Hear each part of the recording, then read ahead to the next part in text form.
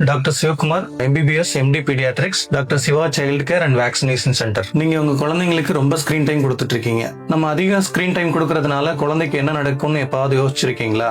Childhood obesity, அதாவது screen time அதிகமா இருக்கிறதுனாலையும் பிசிக்கல் ஆக்டிவிட்டி கம்மியா இருக்கிறதுனாலையும் செடன்டரி லைஃப் ஸ்டைல், ஒரே இடத்துல உட்கார்ந்து ரொம்ப நேரம் ஒர்க் பண்ற மாதிரி இல்ல ரொம்ப நேரம் கேமிங்ல இருக்கிறது, இதெல்லாம் வந்து சைல்ட்ஹுட் ஒபேசிட்டிக்கு எடுத்துட்டு போகுது. இதை எப்படி பிரிவென்ட் பண்ணலாம் அப்படின்னா 5 டிப்ஸ் சொல்றேன். ஒன்னு, எக்ஸ்க்ளூசிவ் பிரஸ்ட் ஃபீடிங், அதாவது எந்த மிக்ஸ்டு ஃபீடிங்கும் இல்லாம முதல் 6 மாசத்துல தாய்ப்பால் மட்டுமே கொடுக்கிறது. நம்பர் 2, கொஞ்சம் குழந்தை வளர்ந்ததுக்கு அப்புறம் ஆன் டைம் மீல்ஸ் எல்லாமே கொடுக்கிறது. பிரேக்ஃபாஸ்ட், லஞ்ச், டின்னர் எல்லாமே ஆன் டைம் கொடுக்கிறது. அதுல ரொம்ப முக்கியமான விஷயம், பிரேக்ஃபாஸ்ட் ஸ்கிப் பண்ணக்கூடாது. To not skip breakfast. அப்புறம் ஸ்லீப், குழந்தைக்கு வந்து 7 to 8 hours minimum sleep night time தேவைப்படுது. அதுல இருந்து கம்மியாகிறதும் ஒபேசிட்டிக்கு ஒரு காரணமா இருக்குது. 4வது, அமெரிக்கன் அகாடமி ஆஃப் பீடியாட்ரிக்ஸ் சொல்றது 5-2-1-0 ரூல். நம்ம எடுத்துருக்க ஃபுட்ல 5 servings of fruits and vegetables இருக்கணும். less than 2 hours of screen time இருக்கணும்.